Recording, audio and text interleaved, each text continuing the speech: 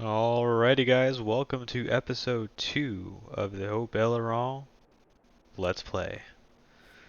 Last time we left it with that field over there being harvested.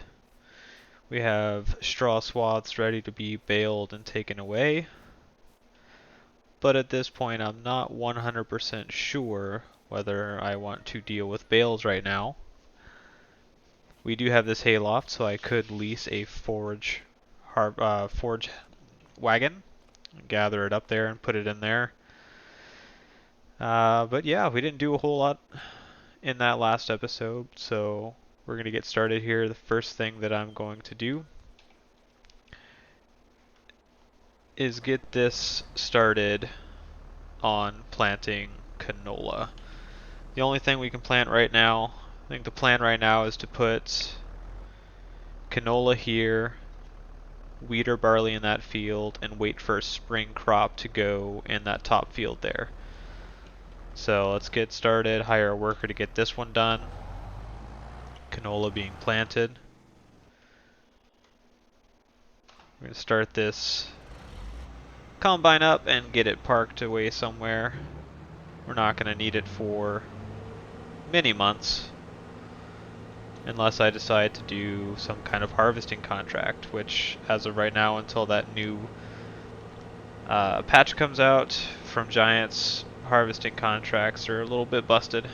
Contracts in general seem to have a few problems.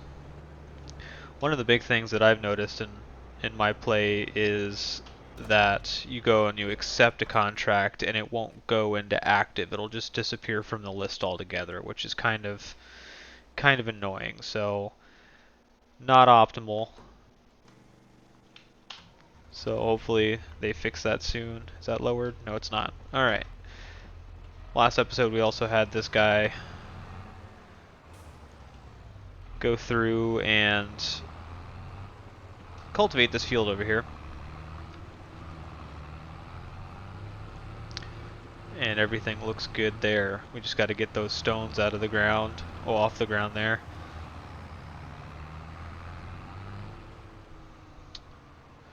Which will be a job and a half.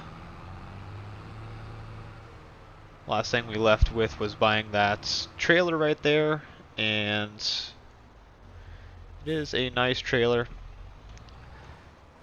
Hopefully it does pretty well for us for a while. I know we're going to get to the point where we have more stuff than can actually fit in that, but I think it'll be good. Alright, let's go see if there's anything in the used machinery. That's good right now. If we were to go do olives or grapes, that'd be really good, but we don't have the money for that right now, for sure. Those two ventures do take a lot of money to do. Planting a trellis, just one moderately long trellis for grapes, takes a really long time. So, it takes a lot of money, is what I meant. So it's going to be far down the road here, but right now, let's go ahead and get a forage wagon. I think that'll be good. I haven't messed too much with the animals that require straw, but I think I might start with that in this Let's Play.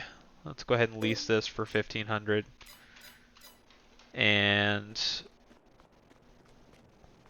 let's drive the Massey, excuse me, the Massey to the shop here.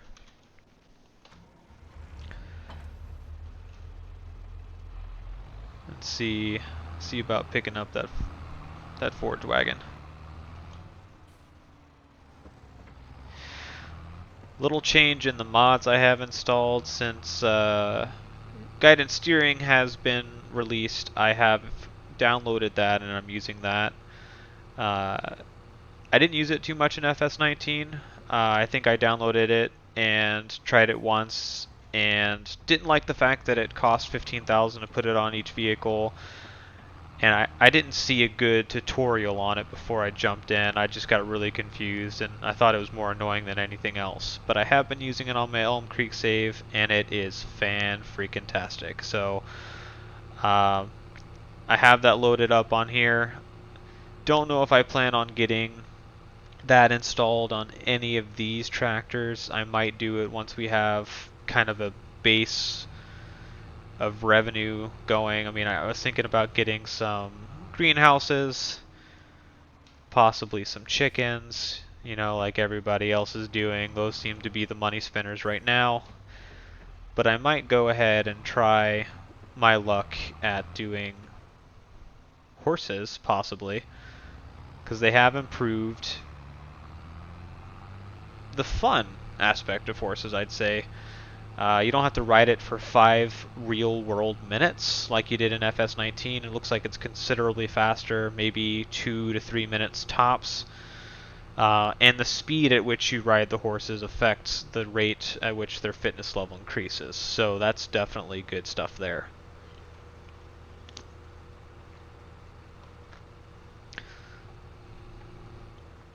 Did I miss that turn? Technically, yes. But that is fine. I will turn right up here. Taking a sip of my bubbly water, and I forgot what I was driving to.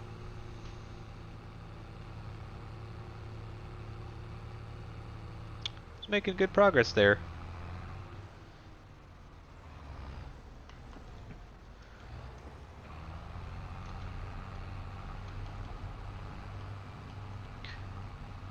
See how quickly this thing fills up. I have a feeling I'm going to take multiple trips out there to the hayloft to drop this off.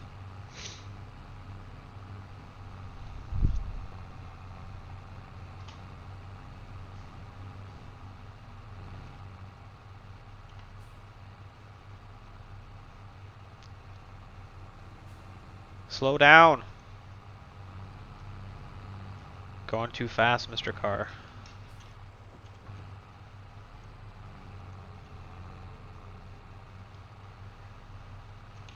Alright. I'm gonna get this done and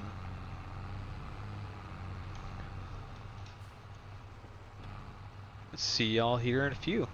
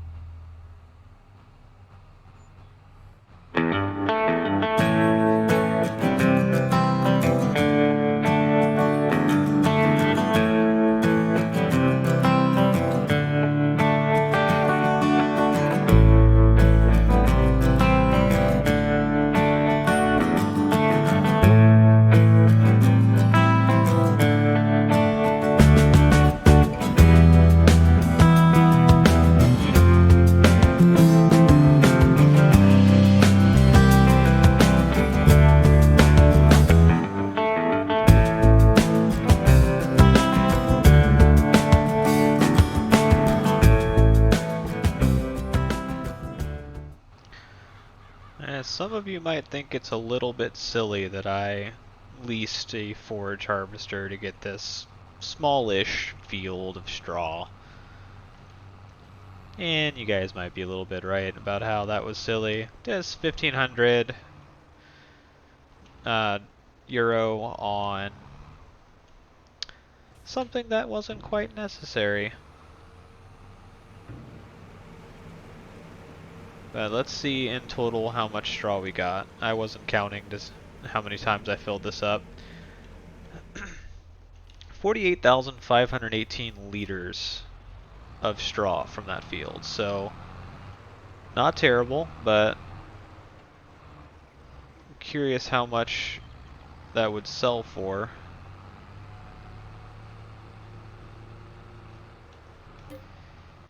Well, getting caught by a save. Let's go for straw. I think that gets as high as like 100, 103, give or take. But I mean, $4,500 worth or euro worth of straw. It kind of pays for the forage wagon, so it's not too terribly bad. And frankly, it's a lot better than spending the money on either that tiny baler and manually stacking bales, or one of the larger balers and having to fit one of my tractors with a front loader and get a bale fork, all that kind of stuff. So overall, not terrible. Oh, don't hit the fence. Almost hit the fence. Alright, let's go ahead and return that. Good stuff.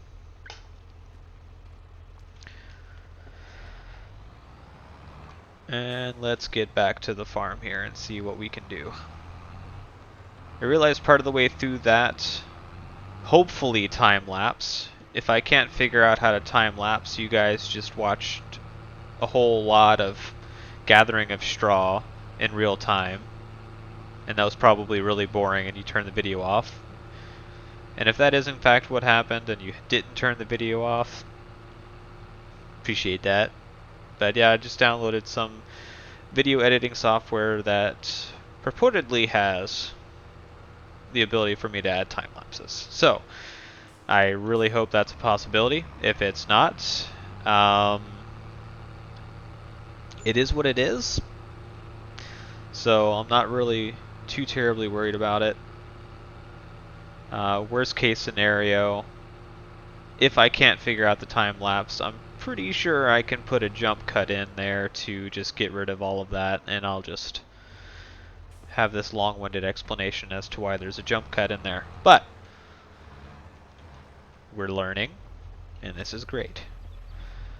Gonna pick up the cultivator again. If you guys think I should put the guidance steering on one of these tractors, go ahead and let me know in the comments whether I should do it or not, and if so, which tractor it should go on. Go ahead and get this thing cultivating, just so we have something to do here. But that guy is a little over halfway through the field there, I want to say. That field is deceptively large when you're talking about a 3-meter seeder. So we'll see how that pans out. I don't know how that's gonna go. Hopefully it's finished shortly, or I'll have to either let that go into the night or slow down time. I don't know. It's August, it's summer, the sunlight lasts a while.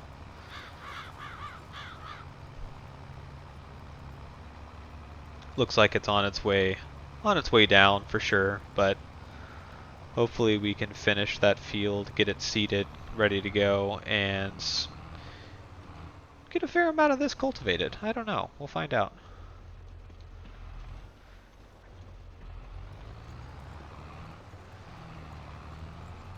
Realizing how incapable I am of driving a straight line. Having used guidance steering for the last couple of days pretty heavily.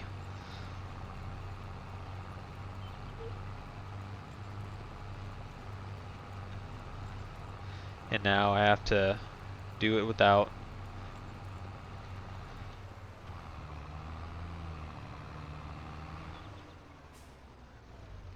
Our farmer neighbor's not taking very good care of his sorghum. There's weeds all up in that business.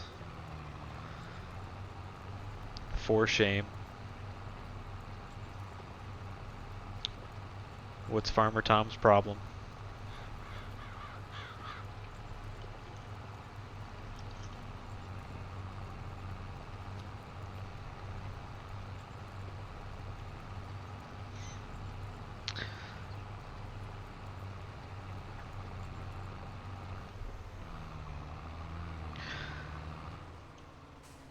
So I'm trying to get through like a day or so every episode. Now that I have that video editing software, I'll be able to cut out all the boring stuff and or be able to time lapse certain things that just take a while to do and be able to fit more content into each episode and progress a bit faster. And hopefully 10x speed will do the trick there. And right now it's kind of going against me, even though I had it on 1x speed for the first part of this episode until about halfway through me gathering up that straw and then realizing, oh hey, dum-dum, it's on 1x speed. But for the sake of finishing the seeding today, because tomorrow I will not be able to seed anything except for the either wheat or barley.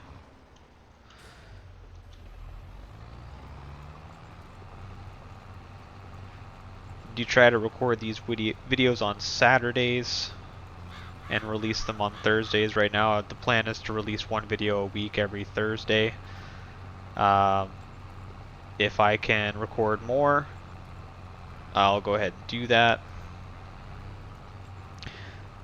If I get better with that video editing software and I just start really knocking it out, I'll try to start either other series or do some experiments that I've been wanting to do. Like how much can you get a horse's value up to? You know, I saw Farmer Cop did a how-to guide on caring for horses in FS22, but he didn't really go far enough to see, look, what's the top value of horses? When do they stop going up in value?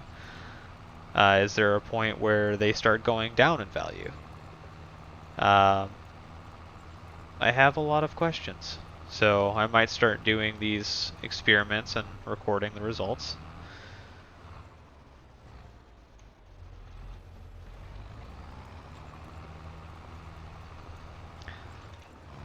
There are a lot of things in this game that that need testing, and I think Giants might have some things that they're trying to balance.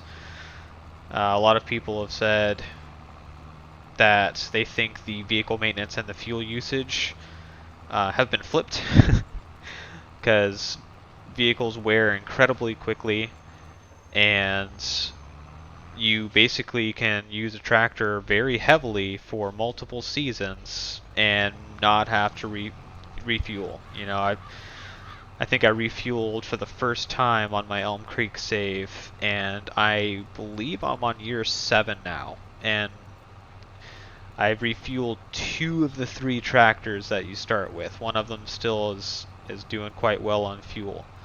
So I would stand to agree with the people that think they flipped the fuel usage and the vehicle wear. And vehicle wear is also very expensive to fix. as well as painting.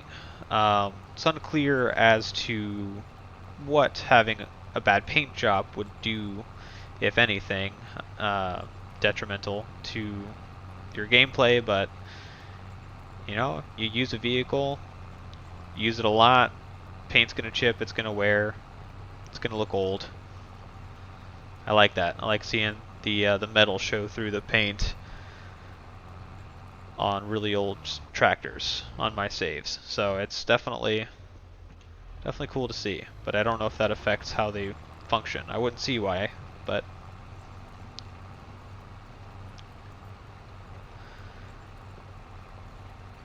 I am definitely not an expert on that, for sure.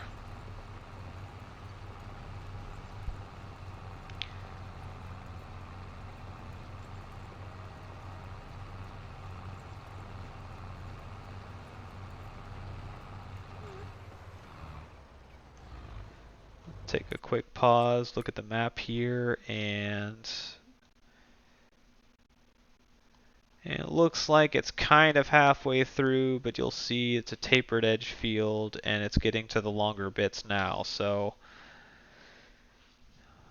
maybe a little bit less than halfway, maybe just at halfway, but that guy is chugging along. But I'm going to cut the video here, and I'll see y'all in the morning of the next in-game day, and we'll get to work.